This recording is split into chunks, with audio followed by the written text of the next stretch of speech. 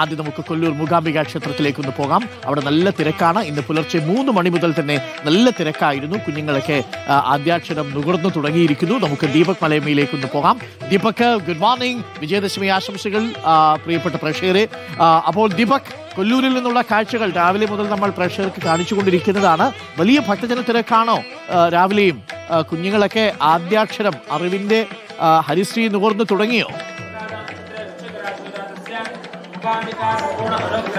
Doctor Arunkumar, very good morning. പറഞ്ഞതുപോലെ തന്നെ അറിവിന്റെ ആദ്യാക്ഷരം നുകരാൻ വേണ്ടി നിരവധിയായ ഗുരുതുകളാണ് കൊല്ലൂർ മൂകാംബിക ക്ഷേത്രത്തിലേക്ക് എത്തിയിട്ടുള്ളത്. ഇന്നലെ തന്നെ നമ്മൾ കണ്ടതാണ്, മഹാനവമിയുമായി ബന്ധപ്പെട്ടുകൊണ്ട് അതിന് രഥോത്സവം ഉൾപ്പെടെ നടക്കുമ്പോൾ മലയാളികളുടെ പങ്കാളിത്തം വളരെയധികമായിരുന്നു. സമാനമായ രീതിയിൽ തന്നെയാണ് ഇന്നിപ്പോൾ വിദ്യാരംഭ ചടങ്ങുകൾ നടക്കുന്ന ഘട്ടത്തിലും. ഇപ്പോൾ ഞാൻ നിൽക്കുന്നത്, നമ്മൾ വരുന്ന ദൃശ്യമെന്ന് പറയുന്നത് ചണ്ഡികാ ഹോമം നടക്കുന്ന ഹാളിലാണ്. ഇവിടെ നമുക്ക് കാണാം, ഏതാണ്ട് 5 കുട്ടികൾ മാത്രം ഇരുന്നുകൊണ്ടുള്ള വിദ്യാരംഭമാണ് നടക്കുന്നത്. അപ്പോൾ നേരത്തെ രാവിലെ 3 മണി മുതൽ ആരംഭിച്ചിട്ടിരിക്കുന്ന വിദ്യാരംഭ ചടങ്ങുകളാണ്.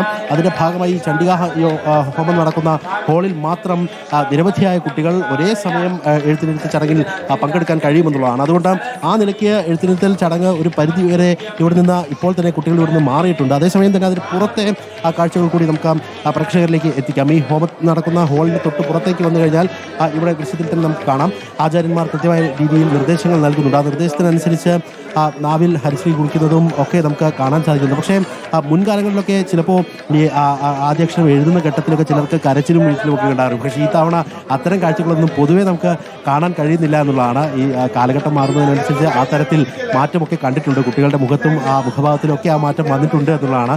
എന്തായാലും ഇന്ന് ആയിരക്കണക്കിന് ഗുരുതുകളാണ് കൊല്ലൂർ മൂകാംബികയിൽ മാത്രം ഒരേ സമയം എന്ന കണക്കിന് ഹരിശ്രീ കുറിക്കുന്നത്. വാഗ്ദേവതയുടെ മണ്ണ് എന്നുള്ള നിലയ്ക്ക് ഇവിടെ എത്തി വിദ്യാരംഭം കുറിക്കുക എന്ന് പറയുന്നത് അത് അത്ര കണ്ട ശുഭകരമായ കാര്യമാണ്. തുടർന്ന് അങ്ങോട്ടുള്ള ജീവിതത്തിൽ അത് എന്തുകൊണ്ടും ഗുണം ചെയ്യും എന്നുള്ള കാഴ്ചപ്പാട് തന്നെയാണ് പൊതുവെ രക്ഷിതാക്കളൊക്കെ വെച്ച് പുലർത്തുന്നത്. അതുകൊണ്ട് ആ നിലയ്ക്ക് തന്നെ കുട്ടികളെ ഇവിടേക്ക് എത്തിച്ച് ഇവിടെ നിന്ന് വിദ്യാരംഭം കുറിക്കുക എന്നുള്ളത് തന്നെയാണ് പരമപ്രധാനമായി കാണുകയും ചെയ്യുന്നത്.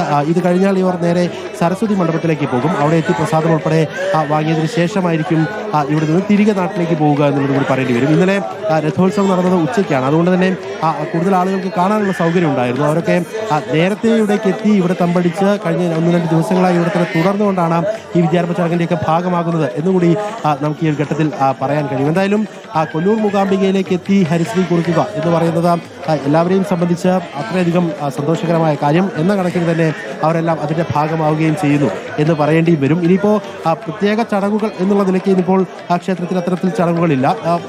സാധാരണ നിലയിൽ നടക്കുന്ന ശിവേലി ഉൾപ്പെടെയുള്ള മറ്റു ചടങ്ങുകളാണ് നടക്കാനുള്ളത്. അതിനപ്പുറത്ത് വിദ്യാരംഭ ചടങ്ങ് എന്നുള്ളതാണ് ഏറ്റവും പ്രധാനമായി തന്നെ അവരെല്ലാം കാണുകയും ചെയ്യുന്നത് എന്ന് പറയേണ്ടി വരുവാനുണ്ട്. എന്തായാലും ഇപ്പോൾ ആ ചടങ്ങുകളൊക്കെ തന്നെ പുരോഗമിക്കുകയും ചെയ്യുന്നുണ്ട്.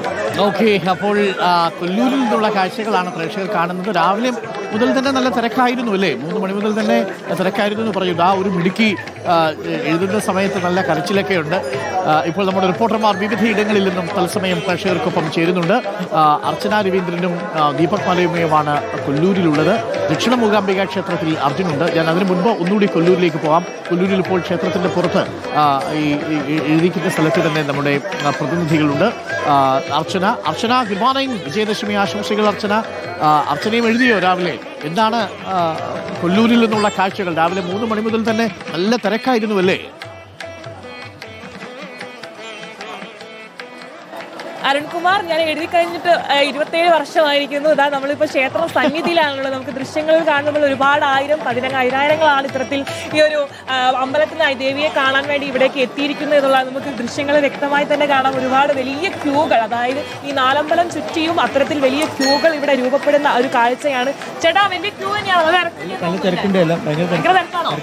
ആദ്യമായിട്ടാണോ എല്ലാ പ്രാവശ്യവും തൊഴാൻ വേണ്ടി മാത്രമാണോ?